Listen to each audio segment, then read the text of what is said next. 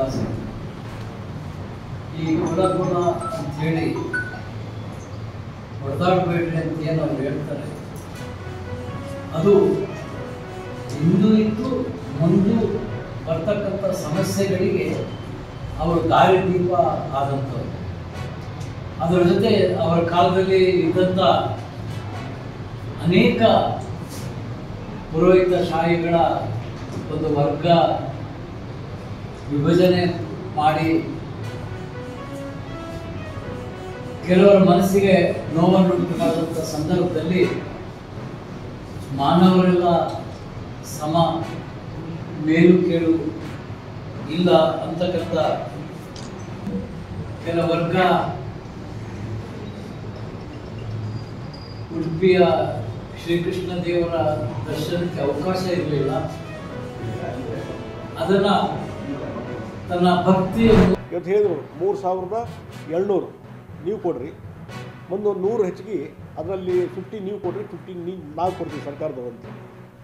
ಅದಕ್ಕೆ ಒಪ್ಕೊಂಡಿಲ್ಲ. ಇನ್ನೂ ಎಲ್ಲ ನೆನಗುದಿ ಬಿದ್ದಿದೆ. ಮತ್ತು ಒಂದೊಂದು ಜಿಲ್ಲೆಯಲ್ಲಿ ಒಂದೊಂದು ರೀತಿ ದರ ಇರ್ತದೆ ಅನ್ನೋದು ನಾವು ಒಪ್ಕೊಂತೀನಿ. ಯಾಕಂದರೆ ಅದು ಈಲ್ಡ್ ಮೇಲೆ ಹೋಗ್ತದೆ, ಎಷ್ಟು ಇಳುವರಿ ಬರ್ತದೆ ಅದ್ರ ಮೇಲೆ. ಕೆಲವು 11.5 ಇರ್ತದೆ, ಕೆಲವು ಕಡೆ 10.5 ಇರ್ತದೆ, ಕೆಲವು ಕಡೆ 14% ಇದೆ. ಅದ್ರ ಮೇಲೆ ಹೋಗ್ತದೆ ಡೆಫಿನೆಟ್ಲಿ. ಆದರೆ ಇದನ್ನೆಲ್ಲ ಯಾವ್ಯಾವ ಜಿಲ್ಲೆಯಲ್ಲಿ ಏನದ ಪರಿಸ್ಥಿತಿ ತಿಳ್ಕೊಂಡು ಒಂದು ನಿರ್ಧಾರ ಮಾಡ್ಬೋದಾಗಿತ್ತು. ಹರಿಬರಿಯಿಂದ ನಿರ್ಧಾರ ಕೈಕೊಂಡು ಹೇಗಾದರೂ ಮಾಡಿ ಇದೊಂದು ತೆಲ್ಲು ಹೋಗಲಿ ಅನ್ನುವಂಥ ರೀತಿಯಲ್ಲಿ ಸಿದ್ದರಾಮಯ್ಯರು ಡೈರೆಕ್ಷನ್ ಕೊಟ್ಬಿಟ್ರು. ಆದರೆ ಅದು ಇಂಪ್ಲಿಮೆಂಟ್ ಆಗಬೇಕಲ್ಲ. ಇವತ್ತು ಅದ್ರ ಬಗ್ಗೆ ಒಂದು ಲಿಖಿತವಾದಂಥ ಆರ್ಡರ್ ಆಗಬೇಕಲ್ಲ, ಜೀವ ಆಗಬೇಕಲ್ಲ, ಇನ್ನೂ ಆಗಲಿಲ್ಲ. ಹಾಗಾದರೆ ಇವು ಫ್ಯಾಕ್ಟ್ರಿ ಮಾಲಕರು ಕೊಡದೇ ಇದ್ದರೆ ರೈತರಿಗೆ ವಸೂಲು ಮಾಡಿ ಕೊಡ್ತೀರಿ, ಅದ್ರ ಬಗ್ಗೆ ಇನ್ನು ನಿಮ್ಮ ನಿರ್ಧಾರ. ಮತ್ತು ಕೇಂದ್ರದ ಮೇಲೆ ಎಲ್ಲವನ್ನೂ ಏನಾಗಿದೆ, ಸಿದ್ದರಾಮಯ್ಯವ್ರಿಗೆ ತಮಗೆ ತಾವು ಏನು ನಿರ್ವಹಣೆ ಮಾಡಬೇಕು ಕರ್ತವ್ಯ ಅದನ್ನು ನಿರ್ವಹಣೆ ಮಾಡದೇ ಇದ್ದಂಥ ಸಂದರ್ಭದಲ್ಲಿ ಎಲ್ಲವನ್ನೂ ಕೇಂದ್ರ ಸರ್ಕಾರಕ್ಕೆ ಶಿಫ್ಟ್ ಮಾಡುವಂಥದ್ದು. ಕೇಂದ್ರ ಸರ್ಕಾರದ ಪಾತ್ರ ಇಲ್ಲ ಅಂತ ನಾನು ಹೇಳೋದಿಲ್ಲ. ಎಥನಾಲ್ ಬಗ್ಗೆ ಇರ್ಬೋದು, ಅಥವಾ MSP ಇನ್ನೂ ಹೆಚ್ಚು ಸಕ್ಕರೆ ಮಾಡಬೇಕು ಅನ್ನೋದ್ರ ಬಗ್ಗೆ ಇರ್ಬೋದು. ಎಸ್, ಅಲ್ಲಿ ಹೋಗಿ ಒತ್ತಾಯ ಮಾಡೋಣಂತೆ, ಅವ್ರ ಕಡೆಯಿಂದ ಏನು ನೆರವು ತೆಗೆದುಕೊಳ್ಳೋಣ. ಆದರೆ ಎಲ್ಲವನ್ನೂ ಸಹಿತ ಕೇಂದ್ರ ಸರ್ಕಾರಕ್ಕೆ, ಅಂದರೆ ಹಿಂದಿನ ಸರ್ಕಾರ ಹೆಂಗೆ ಮಾಡಿದ್ದು ನಡ್ಕೊಡ್ರಿ. ನೀವು ನೋಡ್ರಲ್ಲ, ನಾನು ಶುಗರ್ ಮಿನಿಸ್ಟರ್ ಇದ್ದಾಗ, ಮುಖ್ಯಮಂತ್ರಿ ಇದ್ದಾಗ ಯಾವ ರೀತಿ ನಡವಳಿಕೆ ಮಾಡಿದ್ದೀನಿ ನೀವು ಪ್ರೊಸೀಡಿಂಗ್ಸ್ ತೆಗೆದು ನೋಡ್ರಿ.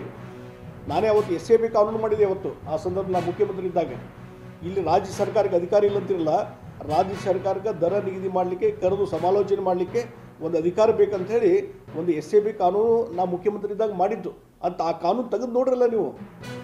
ಹೀಗಾಗಿ ಈ ರೀತಿ ಏನಾಗಿದೆ ಅಂದರೆ ಬೆಂಕಿ ಹತ್ತಿದಾಗ ಬಾವಿ ತೋಡೋದು ಅಂತಾರಲ್ಲ, ಆ ರೀತಿ ಮಾಡಲಿಕ್ಕೆ ಹೊಂಟರು. ಬಾವಿ ತೋಡಕ್ಕೆ ಹೊಂಟರು, ಬೆಂಕಿ ಉಲ್ಬೋಡ್ ಆಗಿದೆ.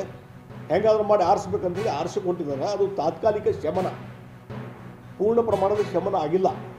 ಹೀಗಾಗಿ ತಾತ್ಕಾಲಿಕ ಶಮನ ಮತ್ತು ಲಾಂಗ್ ರನ್ ವಿಚಾರ ಮಾಡ್ಬೇಕು ನೀವು. ಈಗೊಂದೊಂದು ಮೆಕ್ಯಾನಿಸಮ್ ಮಾಡಿರಿ. ಪ್ರತಿ ವರ್ಷ ಇದೇ ಆಗಬಾರ್ದು. ರೈತರು ಹೋಗಿ ಹೋರಾಟ ಇಳಿಬೇಕು, ಆಮೇಲೆ ಸರ್ಕಾರ ಮೀಟಿಂಗ್ ಕರಿಬೇಕು. ಈ ಪ್ರೊಸೆಸ್ ಆಗಬಾರ್ದು. ಇದಕ್ಕೊಂದು ಮೆಕ್ಯಾನಿಕಲ್. ಮತ್ತು ನಿಮ್ಮದು ಶುಗರ್ ಒಂದೇನು ಇಲಾಖೆ ಇದೆ, ಶುಗರ್ ಇಲಾಖೆ ಇದೆ, ಸಕ್ಕರೆ ಇಲಾಖೆ, ಅದಕ್ಕೆ ಎಷ್ಟು ಬಜೆಟ್ ಕೊಟ್ಟಿರಿ ನೀವು? 2 ಕೋಟಿನೋ 4 ಕೋಟಿ ಬಜೆಟ್ ಕೊಟ್ಟಿರಿ ಅದಕ್ಕೆ, ಇಡೀ ಇಲಾಖೆಗೆ. ಅಲ್ಲಿ ಎಷ್ಟು ಸಿಬ್ಬಂದಿ ಇದ್ದಾರೆ? ಅಲ್ಲಿ ರೈತರು ಹೇಳ್ತಿದ್ರು, ಅಲ್ಲಿ ಒಂದು 8 ಸಿಬ್ಬಂದಿ ಇಲ್ಲ ಅಲ್ಲಿ.